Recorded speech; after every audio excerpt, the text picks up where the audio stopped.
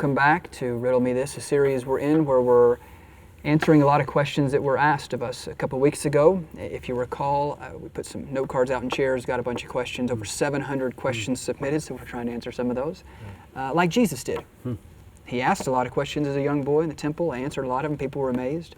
In his ministry, people would ask him questions, he would answer, sometimes with questions, and not always with easy answers, but he would address people. He wasn't just on his own agenda. He would talk to people about their questions.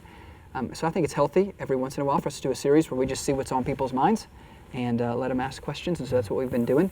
So let's continue with that today, reminding everybody that these bright orange Bibles here are our authority. We believe the Bible is our authority. I don't want people to believe what I think or say, or you, or common sense, or what whoever tells them. This is from God. God made us. He made this world, and He knows what's right. He's the authority, and so we look to Him to be our authority, and not just the common sense of the day, which changes so often. So, can we answer some questions? Yeah, let's do it. These are some relationship questions people had. Quite a few of those, so I've tried to pick some of them that represented many other people's questions. So here's the first one, and it's this. Somebody wrote, "How can I get my significant other to come to E-Life with me? He's been here a few times, but every time after the service he seems uninterested and says he doesn't like church. We've been together for over 4 years, so it's not easy letting go of the relationship I've invested so much in. Help. I've stopped inviting him because of this, but he needs to hear about Jesus."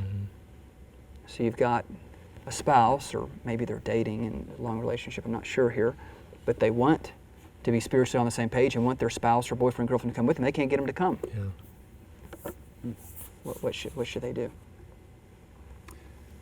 I think one thing, that has been just kind of a powerful testimony in that recently was a movie called War Room, where this lady, really started trying to follow Jesus, but her husband wasn't really on the same page, and she really began to pray. And so it may sound corny, but I would watch that movie, War Room, and start really praying. And like you said before, especially if it's a marriage situation, really begin to examine, what in your own life would be maybe pushing that person, your spouse, away. So that would be one thing. Two, I would be looking for also maybe some other guys that that he's friends with, that are following Jesus, to begin to try to hang out with him and invite him to church. So it's someone other than, the wife or the girlfriend, or whoever, to kind of get into his world and invite him and go to lunch and hang out and go play basketball or whatever. But just get see if there's some other guys, that he respects and likes and things like that, that could, come into his life and begin to be an influence too. That's good. And whether it's a him or a her, this may sound kind of contra, but I think one of the things we need to do is quit trying to get them to church. Proverbs 25 says, "It's better to live alone in the corner of an attic than with a quarrelsome wife in a lovely home." Or other versions say a nagging wife. One of the worst things we can do is nag, and become, and then they see God as a nagging God. Yeah, and that's good. Usually people do it with good motives. But like you said, we just heard a whole series recently about the earnest prayer of a righteous person. Right. Has great power and produces wonderful results. So I think you're right on. Get on your knees. Ask God to change your heart. Ask God to change their heart. He's the one who's going to draw them close to Him. No doubt. And it just reminded me, the first time I read the question, it reminded me of 1 Peter 3, speaking to wives, since this is likely a wife here. Peter wrote, "In the same way, you wives must accept the authority of your husbands. Then even if some refuse to obey the good news, maybe even if some refuse to go to church or whatever, your godly lives will speak to them without any words. Right. They will be won over by observing your pure and reverent life." I feel like I've heard that over and over again. That just somebody starts living for Jesus, gets on fire for Jesus, and whether they're inviting them or not, they're going, "So what is that? What's that thing you go? You're saying that has helped you? What is that? I might tag along because it's made you they wouldn't say it like this, Right. but what they mean is it's made you more like Jesus. Yeah. You're a better person.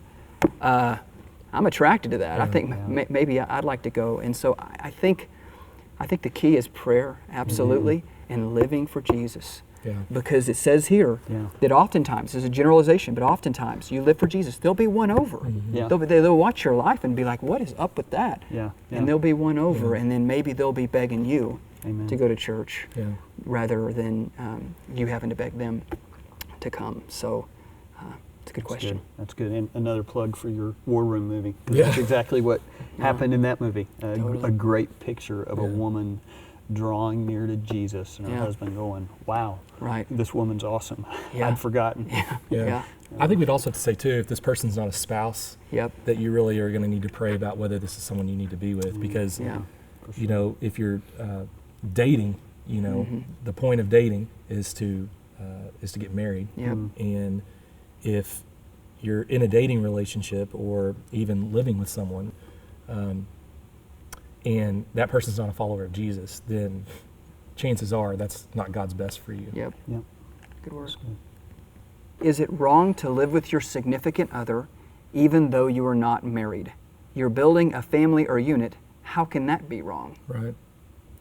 So we've answered this many times on the weekend. I'm sure there's some people here that haven't heard a response, but a lot of people live together in our culture before you get married, and some people have heard that maybe Christians think or the Bible says that's wrong. They're wondering, is it wrong? But if it is wrong, why is it wrong? You're trying to build a family. Why wouldn't you live with them first? You're in the lobby, somebody asks you, hey, is it wrong to live with somebody that's a significant other even though I'm not married because I'm wanting to build a family? Right. What would you say? I think I would point, I always remember John 4, this is verse 18.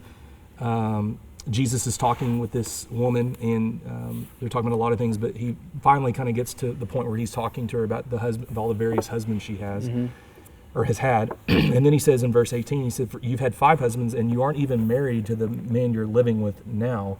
And, you know, to me, it's just a clear Yeah. Jesus saying, Yeah. this isn't, you know, right. This isn't my best for you. This is going to lead to destruction and pain. The statistics are horrendous, which Yep. we've talked about. I Right. believe in Business Time was the series that, Yeah. you know, you went into great detail about some really alarming statistics. Just practical, even if you're not a Bible, you know, person or you're not a Jesus follower, the statistics are awful.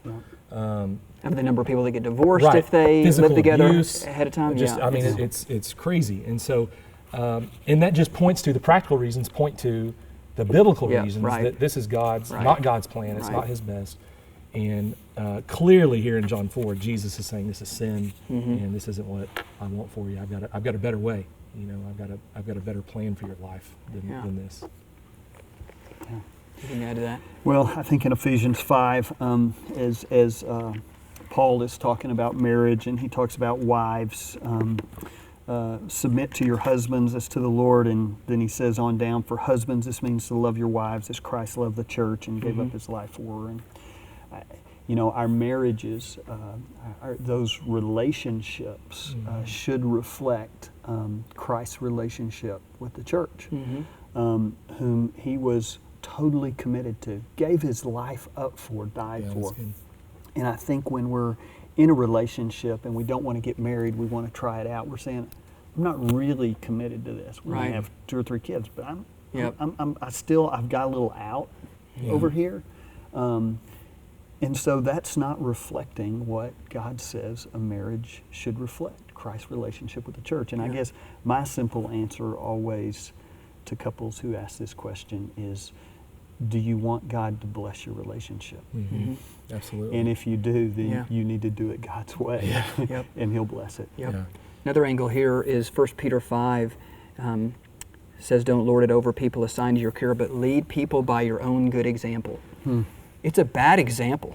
Let's say, because people say, well, what if we slept in separate bedrooms and all, we didn't have sex and all? I mean, it's really a bunch of excuses. But here's another problem with it, is people are watching you. Yeah. Yeah.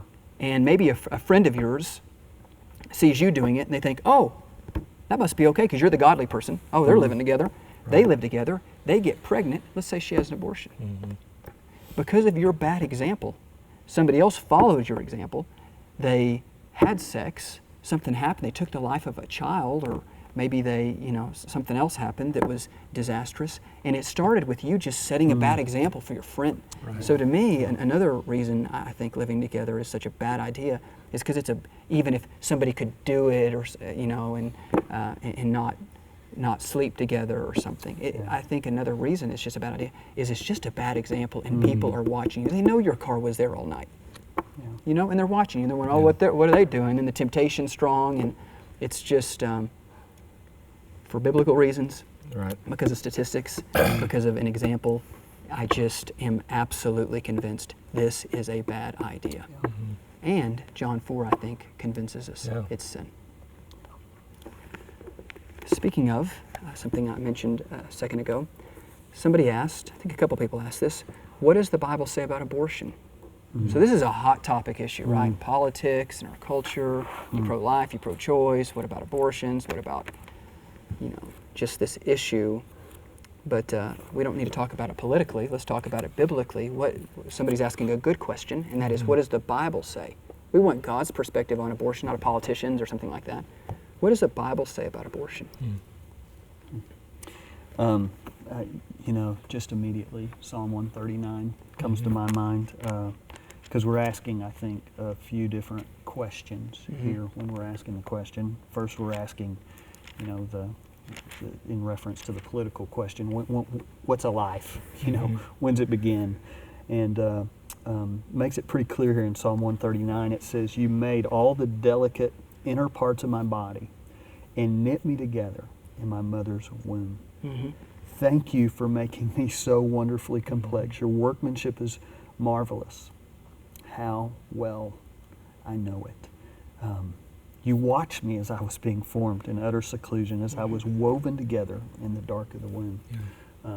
I'm on the cusp of having my first grandchild, and I've gotten to see all these incredible 3D pictures they have now of these children in the womb, and the detail of that child in the womb is amazing, is incredible. How God's allowed this technology to bring what He's saying here so clear, that this is a child. He said, I know this child. So for somebody to say that's not a life, and then for me the formula gets real simple after that. We're told not to murder.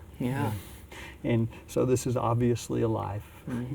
So if we're murdering a life, it's sin. I guess I got a couple things. One, it was probably within the last week. I was putting my kids to bed, my boys to bed. And, a lot of times we're doing Bible story, we're praying, doing all those kinds of things. And as they were laying down, and I was saying goodnight to one of them, I had my hand on his chest and just began to feel his heartbeat. And I just kept my hand there for a while. And I remembered back to when each child was born, being in that doctor's office and hearing that same heartbeat. And what I heard and could see on a monitor, from the earliest weeks of a pregnancy, I could hear the same thing and feel the same thing that day. And so I just don't think anything changed that made, him less of a life, or her, in Nixon's case, less of a life at that point than I can now when I put my hand on their heartbeat and feel it.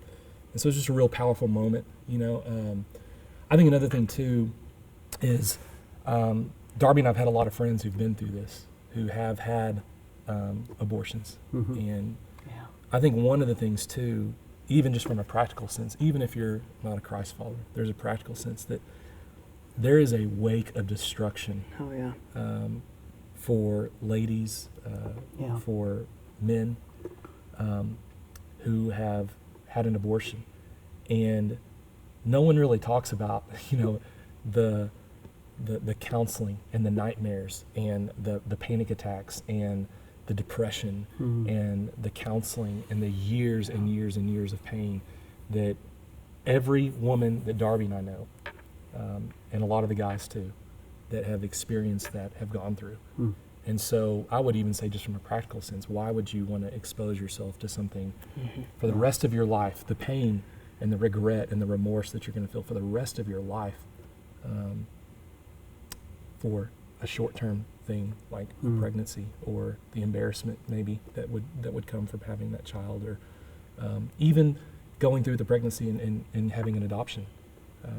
If that's not, if the baby's not going to fit for some reason in your world, in your life. And so, yeah, I think there's a lot of practical reasons too. I just think it's hard to talk about this and not get emotional, because this is a national tragedy. Yeah. We want God to bless our country. And since the 70s, we've allowed people to take the lives of their children. And I looked up I saw this question I knew we were going to answer. I just looked up the statistics. In America, it's about 1 million babies a year. And then around the world, it's tens of millions of children a year. Children, they're children. John already established this, that their lives are being taken away from them. The lives that, what does it say? You saw me before I was born, and every day of my life was recorded in a book. God already had planned out their life. Right. They had a great life planned out. Yeah. And they didn't get to live a day of it. Yeah. Every day of my life was recorded in your book. Every moment was laid out before a single day had passed. And so I just think, as I just watch this political landscape and everything, I can't think of many tragedies in our nation greater than this one. Yeah. That we're taking the lives of our young. Yeah. And Yeah. as a society, somehow we're okay with that. Yeah. When the Bible speaks so strongly about God having a great plan for this child's life. It reminds me in Exodus 21, if you want to know how important this is to God, I think it's Exodus 21, it says something like, if two men are fighting, and in the process a woman who's pregnant gets hurt, she delivers that child prematurely, an eye for an eye, tooth for a tooth, life for a life. Yep. The baby dies, you die. Yep. This is in the womb. Right. It's just a premature delivery, but there was a fight. The men that were fighting, the baby dies, you die. Yeah. That's how valuable that baby, that life, even in the womb, is to God. So I just hope as a nation we can repent of this soon, that things can change, and that this becomes something we don't tolerate. Yeah. And but at the same time, I think we have to speak to people that Had it. this is hurting them hearing me say this. Yeah. They know it's right. Yeah. But they're living with the devastating consequences. And I hope they hear us saying, we're talking preventatively to the people that haven't. We're saying, please don't do this. If somebody asks me in the lobby about this, usually it's because they're thinking about doing it. I beg them, please, please don't. Yeah. But to those of you that have, there's not an unpardonable sin Right. other than rejecting Jesus, right? And so this goes back to the suicide question. God can forgive you. Yeah. Okay. Yeah. And I believe that you're going to meet this child again in heaven one day, Right. which is really exciting, and you can look forward to that. And you're going to live with some, I'm sure, difficult thoughts and the pain of this, but God is with you. He loves you. He forgives you, and why don't you use this sin of your past as a testimony Yeah. to encourage others not to do that same Yeah, thing. absolutely. Yep. Can I just add on to that what you're saying? Because I do think, obviously, there's a lot of ladies sitting out there who, and they're really struggling with the pain of what they've done. And again, the psalmist David said, "When I refuse to confess my sin, my body wasted away." When I hold that in, and when I can't even forgive myself, and I groaned all day long. Day and night your hand of discipline was heavy on me. My strength evaporated like water in the summer heat. Finally, I confessed all my sins to you and stopped trying to hide my guilt. I said to myself, I'll confess my rebellion to the Lord. And what does he say? And you forgave me. Yeah. All my guilt is gone. And I think as much as this sin pains us to watch on a global level, we understand that on a personal level, that God, like you said, this is sin, just like any other sin. Right. And God wants to offer you forgiveness, and He wants to bear that burden. You know, He That's right. promises to bear our burdens as we ask, and He wants to release you from that, so that you Absolutely. can live the abundant life that Jesus came to give you, if you'll confess that, and if you'll release that to Him. Amen. Can God mend a broken marriage that has been shattered to pieces? You can hear even the pain in that question, and I'm sure a lot of people are just wondering the same. Either they've gotten divorced, they're wondering if there's hope even to get back together, or they're thinking about divorce, and it's just things, maybe somebody had an affair. Yeah. Can God mend a broken marriage that's been shattered to pieces? How would you respond in the lobby if somebody asked you that question? Yeah, I mean, I'm glad they're asking the question, because that implies that at least they think there's hope, and there is. I mean, I think if we go back, how does a marriage get there? Why is a marriage there? I think it comes down to selfishness, usually both parties. I think of Matthew 19, and there were some of the religious folks trying to trap Jesus in a question, and they said, should a man be allowed to divorce his wife for just any reason? And part of what Jesus said here, I'm not going to read the whole thing, he said, haven't you read the scriptures? Jesus replied, they record that from the beginning God made them male and female, and he said, this explains why a man leaves his father and mother and is joined to his wife, and the two are united as one. Since they are no longer two, but one, let no one split apart what God has joined together. So we see that God's joined together a couple in marriage, not us, but God has joined us together. So when we're in that place where we're trying to separate, that's us. That's sin. That's us. God doesn't want us to come. He says, let no one separate what God has put together. So God's desire in heart is always reconciliation. It's always, that's regardless of where your marriage is today, you're dealing with your own sin and confusion.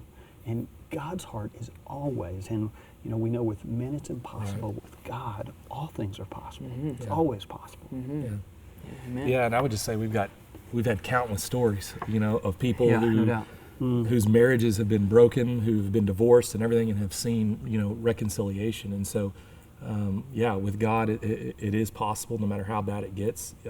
We've just seen countless stories of reconciliation between couples who thought there was no way back. And I think, one of the things I've known from my family to not repeat, what happened in my family, it meant that I had to walk with Jesus every day. That I knew and believed that if I could walk with Jesus today and have a relationship with him today, that God would give me the ability, to be in a marriage relationship and to be a godly husband, a godly dad, and to not repeat that same thing in my family. So I think if someone is struggling, one of the first things to do is to start trying to follow Jesus each day and get into some counseling with people that can help. Speaking of stories, I think it was a week or two ago I was sitting at Tuesday night prayer, and they were passing a mic around for people to share stories of answers to prayer. And a lady stood up with tears in her eyes, said her and her husband, marriage was a disaster. They got a divorce, but they both felt like they needed to reconcile. God started working in their lives. I mean, she's crying as she's sharing this. They're getting back together. I think they're getting remarried. I mean, the whole place was applauding. I mean, the marriage it was this question was shattered to pieces, but they recognized reconciliation was God's best. Even after the divorce, they were coming back together. And it was just exciting to hear a testimony that we're not just saying in theory this can work. Like you said, we've seen this at our church, and I heard it at Tuesday night prayer just a week or two ago of a lady giving testimony to the fact that her marriage was broken and shattered to pieces, and God brought it back together. Another quote from a pastor I heard recently that's just moved me, and I think hopefully made me a better husband, or at least on the path to being a better husband, is he said, if you treat your self-centeredness as the main problem in your marriage, chances are you'll have a great marriage. I was like, no. Usually it's my wife. That's my wife's fault. We're in this conflict because my wife. Why did she say that? Why did she do that? He said, in any conflict, usually there's two people playing a part. Our tendency is to focus on the part they're playing, and we're going to fix them. Because if we can fix them, we're going to have a better marriage. He said, if you focus on fixing you, you can immediately have a better marriage, because you can't control them, but you can control you. So if you get better, which is something you can control, your marriage immediately gets better.